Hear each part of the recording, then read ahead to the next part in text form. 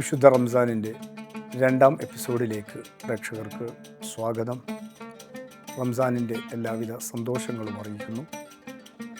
റമദാൻ പുണ്യങ്ങളുടെ പൂക്കാലമാണ് എന്ന് നമുക്കിന്ന് സംവദിക്കാം. അല്ലാഹു സുബ്ഹാനഹു വ തആല വിശുദ്ധ റംസാനിനെ കുറിച്ച് പറഞ്ഞു, അസ്സൗമു ലീ വ അന അജ്സീ ബിഹി. ഞാനാണ് നോമ്പിന് പ്രതിഫലം നൽകുന്നത്, നോമ്പ് എനിക്കുള്ളതാണ്. എല്ലാ ആരാധനകളും, നിസ്കാരമാവട്ടെ, സക്കാത്ത് നൽകലാവട്ടെ, ഹജ്ജാവട്ടെ, സർവ്വ ആരാധനകളും ഉടയതമ്പുരാനായ അള്ളാഹുവിനായിരിക്കെ അള്ളാഹു നോമ്പിനെ മാത്രം പരാമർശിച്ച് പറയുന്നു, അതെനിക്കുള്ളതാണ്, അതിന് പ്രതിഫലം ഞാൻ നൽകും. 6 മക്കളുള്ള പിതാവ് അവൻ എൻ്റെ മകനാണ് എന്ന് പറയുമ്പോഴുണ്ടാകുന്ന ഒരു അടുപ്പം അല്ലെങ്കിൽ ഒരു പ്രാധാന്യം ഈ വാക്കുകളിൽ നമുക്ക് ഉൾക്കൊള്ളാനാവും. അതാണ് നോമ്പിൻ്റെ പ്രാധാന്യം. വിശുദ്ധ റമളാൻ മാസത്തിലാണ് അള്ളാഹു നോമ്പ് നിർബന്ധമാക്കിയിരിക്കുന്നത്. ഖുർആനിനെ അവതരിപ്പിക്കാൻ അള്ളാഹു തിരഞ്ഞെടുത്ത മാസമാണ് വിശുദ്ധ റമളാൻ. അതാണ് റമളാനിൻ്റെ ഏറ്റവും വലിയ പ്രത്യേകത. റമളാനിൻ്റെ പ്രത്യേകതയെക്കുറിച്ചാണ് നമുക്കിന്ന് കൂടുതൽ മനസ്സിലാക്കാനുള്ളത്. മിനദ്ദുലുമാത്തി ഇലന്നൂർ തമസോമ ജ്യോതിർഗമയ. ഇരുട്ടിൽ നിന്ന് വെളിച്ചത്തിലേക്ക്, ഇരുളടഞ്ഞ മനുഷ്യ സംസ്കാരത്തിൽ നിന്നും സ്വഭാവത്തിൽ നിന്നും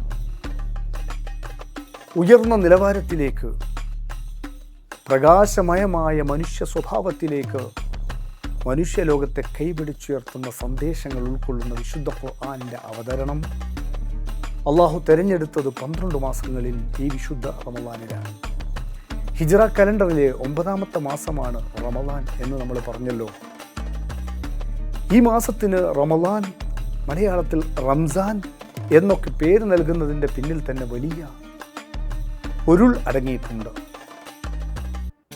പ്രവാചകരുടെ പ്രിയപ്പെട്ട പത്നി ആയിഷ ബീവി റളിയല്ലാഹു അൻഹ ചോദിക്കുന്നുണ്ട്, പ്രവാചകരെ, എന്താണ് ഈ പുണ്യമാസത്തിന് ഇങ്ങനെയൊരു നാമകരണം ചെയ്യാൻ കാരണം? പ്രവാചകർ മുഹമ്മദ് റസൂലുള്ളാഹി സ്വല്ലല്ലാഹു അലൈഹി വസല്ലമ തങ്ങൾ പ്രത്യുത്തരം നൽകി, ആയിഷ, അത്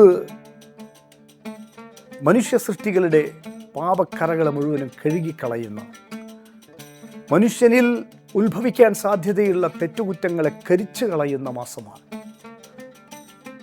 അതുകൊണ്ടാണ് സുമ്മിയ റമളാൻ ലിഅന്നഹു യർമളു ദുനൂബ്, പാപങ്ങളെ കരിച്ചു കളയും. യുഹ്രിഖുഹാ ബിൽ അഅമാലി സ്വാലിഹ, അവൻ്റെ സുഹൃതങ്ങൾ കൊണ്ട് അവയെ കരിച്ചു കളയുന്നത് കൊണ്ടാണ് അത്തരത്തിൽ പേര് വച്ചിരിക്കുന്നത് എന്ന് മുഹമ്മദ് റസൂലുള്ളാഹി സ്വല്ലല്ലാഹു അലൈഹി വസല്ലമ തങ്ങൾ പഠിപ്പിക്കുകയാണ്. റമളാൻ എന്ന അറബി പദത്തിൻ്റെ ആദ്യം റാ എന്ന അക്ഷരമാണ്. അത് റിൽവാൻ എന്ന റബ്ബിൻ്റെ തൃപ്തിയെ, അള്ളാഹുവിൻ്റെ തൃപ്തിയെ കുറിക്കുന്നു. 2ാമത്തെ അക്ഷരം അള്ളാദാണ്. അത് മഹബ്ബത്ത്, മഹബത്തുല്ലാഹ്, അള്ളാഹുവിൻ്റെ സ്നേഹം, അതിനെ സൂചിപ്പിക്കുന്നു. 3ാമത്തേത് റാ, മീം, 3ാം അക്ഷരം അള്ളാദാണ്. 2ാമത്തേത് മീമാണ്, 3ാമത്തേത് അള്ളാദാണ്. റമളാ, അത് ലമാൻ, സംരക്ഷണം, റബ്ബിൻ്റെ തൃപ്തിയും അതുപോലെ തന്നെ റബ്ബിൻ്റെ സ്നേഹവും 3ാമതായി റബ്ബിൻ്റെ സംരക്ഷണവും സൂചിപ്പിക്കുന്നതാണ് റമളാനിൻ്റെ ആദ്യത്തെ 3 അക്ഷരങ്ങൾ. 4ാമത്തേത് അള്ളാദിന് ശേഷം അലിഫാണ്. ഇൽഫത്ത്, ഇണക്കം, പടച്ചവൻ അവൻ്റെ അടിമകളുമായുള്ള ഇണക്കം. നൂൻ, അവസാന അക്ഷരം നൂനാണ്. അത് നൂറ്, പ്രകാശം എന്നതിനെ സൂചിപ്പിക്കുകയാണ്. മഹാന്മാർ ഗ്രന്ഥങ്ങളിൽ, ഔദ്യോഗിക വർക്കുകളിൽ ഇത്തരത്തിലാണ് റമളാൻ എന്ന മാസത്തിൻ്റെ പേരിനെ, അതിൻ്റെ പവിത്രതയെ സൂചിപ്പിച്ചിരിക്കുന്നത്. സംതൃപ്തിയും അള്ളാഹുവിൻ്റെ സ്നേഹവും അതുപോലെ തന്നെ സംരക്ഷണവും, റബ്ബിൻ്റെ ഉടയതമ്പുരാൻ്റെ ഇണക്കവും പ്രകാശവും എല്ലാം സമഞ്ജസമായി മേളിച്ച മാസമാണ് വിശുദ്ധ റമദാൻ എന്ന് ചുരുക്കം. ആ റമദാനിലേക്ക് കാലെടുത്ത് വെക്കുന്നത് തന്നെ വലിയ അനുഗ്രഹങ്ങളുടെ ഒരവസരമാണ് വിശ്വാസിക്ക് തുറക്കുന്നത്. കാരണം നോമ്പുള്ളവൻ്റെ ഉറക്കം ഇബാദത്താണ്, മിണ്ടാതിരുന്നാൽ തന്നെ തസ്ബീഹാണ്. റമളാനിൽ ഒരു സുന്നത്ത് ചെയ്താൽ പിന്നെ മറ്റുള്ളതിൽ ഫർളിൻ്റെ ഫലമാ പൊന്നെ. റമളാൻ്റെ ശ്രേഷ്ഠത നീ അറിഞ്ഞാൽ പിന്നെ എന്നും അതാകാൻ നീ കൊതിക്കും പൊന്നെ എന്ന് തഴവ മുഹമ്മദ് മൗലവി വിശുദ്ധ റമളാനിൻ്റെ പവിത്രതകൾ പറയുന്ന കൂട്ടത്തിൽ, റമളാനിൽ നോമ്പ് നോറ്റവൻ ഉറങ്ങുന്നത് തന്നെ ഇബാദത്താണ്, മിണ്ടാതിരിക്കുന്നത് തസ്ബീഹിൻ്റെ സ്ഥാനത്താണ്, മന്ത്രത്തിൻ്റെ ദിക്റിൻ്റെ സ്ഥാനത്താണ്. റമളാനിലെ ഒരു സുന്നത്ത് മറ്റു ഫീമ സിവാ മറ്റു മാസങ്ങളിൽ ഫർള് നിർബന്ധ കർമ്മം ചെയ്യുന്നതിൻ്റെ പ്രതിഫലമാണ്. ഒരു സുന്നത്ത് നിസ്കാരം നിസ്കരിക്കുമ്പോൾ ഫർളായ നിസ്കാരം നിസ്കരിക്കുന്നതിൻ്റെ പ്രതിഫലം റമളാനിൽ ലഭിക്കുകയാണ്. അതുപോലെ റമളാൻ്റെ ശ്രേഷ്ഠതയെങ്ങാനും ഓരോരുത്തരും അറിഞ്ഞിരുന്നെങ്കിൽ കാലം മുഴുവനും റമളാനായെങ്കിൽ എന്ന് കൊതിക്കുമത്രേ. ഇതാണ് ഖുദ്സിയായ ഹദീസിൽ ഓർമ്മപ്പെടുത്തുന്നത്. ഇദാ ജാഅ റമളാൻ ഫുതിഹത് അബ്വാബുൽ ജന്ന. റമളാൻ ആഗതമാകുന്നതോടുകൂടി സ്വർഗവാതിലുകൾ തുറക്കപ്പെടും. നോമ്പുകാർക്ക് പ്രത്യേകമായി പ്രവേശിക്കേണ്ട ഒരു കവാടം തന്നെ സ്വർഗത്തിൽ സൃഷ്ടിക്കപ്പെട്ടിട്ടുണ്ട്. റയ്യാൻ എന്നാണ് ആ കവാടത്തിൻ്റെ പേര്. റയ്യാൻ എന്ന കവാടത്തിലൂടെ സ്വർഗത്തിലേക്ക് പ്രവേശാനുമതി ലഭിക്കുന്നത് നോമ്പ് നോറ്റവർക്ക് മാത്രമാണ്.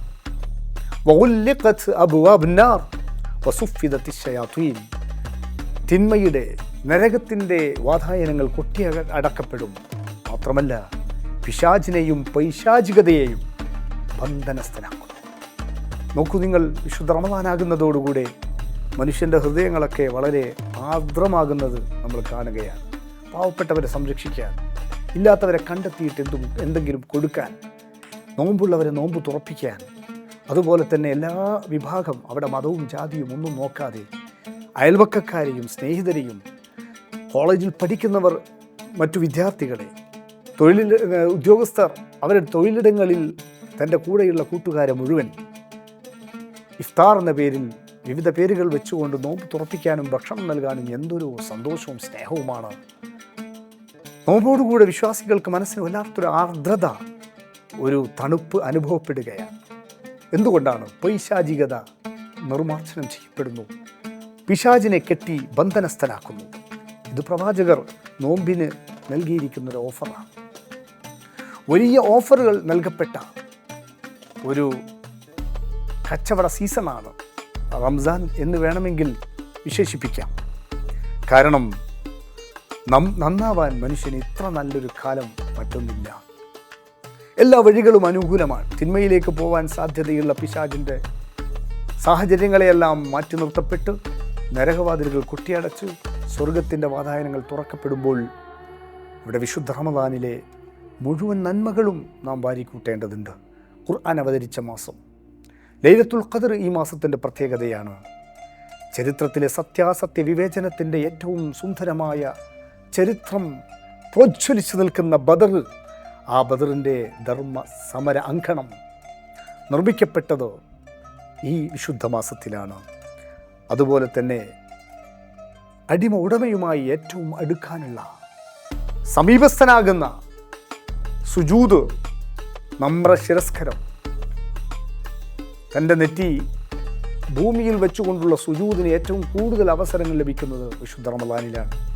കാരണം റമളാനിൻ്റെ രാവിൽ തറാവിഹ് നിസ്കാരം 20 റക്അത്ത്, അതിനുശേഷം വിത്ർ നിസ്കാരം, തഹജ്ജുദ് നിസ്കാരം, ഇങ്ങനെ രാത്രിയിൽ ദീർഘനേരം നെറ്റി ഭൂമിയിൽ വെച്ച് തൻ്റെ നാഥനായ പ്രപഞ്ച സൃഷ്ടാവിന് സാഷ്ടാംഗം ചെയ്യുന്ന ഏറ്റവും സുന്ദരമായ, അനുഗ്രഹീതമായ, ധന്യമായ ആരാധനയുടെ അവസരം ലഭ്യമാകുന്നു എന്നതാണ് റമളാനിൻ്റെ മറ്റൊരു പ്രത്യേകത.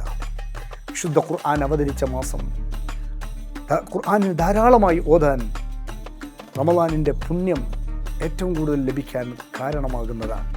അതിന് നിർബന്ധമായും 1-2 ജുസ് പാർട്ട് വിശുദ്ധ ഖുർആനിൽ നിന്ന് ഞാൻ റമളാനിൻ്റെ ഓരോ ദിനരാത്രങ്ങളിലും ഓതി തീർക്കും എന്ന് ഓരോ നോമ്പുകാരനും പ്രതിജ്ഞയെടുക്കേണ്ടതുണ്ട്. മറ്റൊന്ന് റമളാനിൻ്റെ പവിത്രത, നോമ്പിൻ്റെ പുണ്യങ്ങളുടെ പൂക്കാലമായി ഈ വിശുദ്ധ റമളാനിൽ നോമ്പിൻ്റെ പുണ്യം നഷ്ടപ്പെട്ടു പോകാതിരിക്കാൻ പകൽ മുഴുവനും നമ്മൾ അന്നപാനീയങ്ങൾ ഒഴിവാക്കി വേണ്ടാത്ത വികാരങ്ങളെയൊക്കെ തടുത്തു നിർത്തി തിന്മകൾക്കെതിരെ പ്രതിരോധം സൃഷ്ടിച്ച് തിന്മയുടെ അധർമ്മത്തിൻ്റെ എല്ലാ അപ്രതിഹതമായ മുന്നേറ്റങ്ങളെയും പ്രതിരോധിച്ചു മുന്നേറുക എന്നതാണ് ഭക്ഷണം കുറക്കുന്നതിലൂടെ, പാനീയമില്ലാതെ ചിന്ത മുഴുവനും പ്രപഞ്ച സൃഷ്ടാവിലേക്ക് സമർപ്പിക്കുന്നതിലൂടെ ഈ നോമ്പിൻ്റെ ലക്ഷ്യമായി കാണുന്നത് എങ്കിൽ പകൽ നമ്മൾ ഭക്ഷണം കുറക്കുന്നു. അതിന് കണക്കായി രാത്രിയിൽ ഒരിക്കലും വിശ്വാസി കൂടുതൽ ഭക്ഷിച്ചു പോകരുത്. അതിന് 6 അപകടങ്ങൾ ഒളിഞ്ഞിരിക്കുന്നുണ്ട്. ഒന്ന്, റബ്ബിനോടുള്ള ഭയം, അള്ളാഹുവിനോടുള്ള ഭയം കുറയാൻ കാരണമാകും.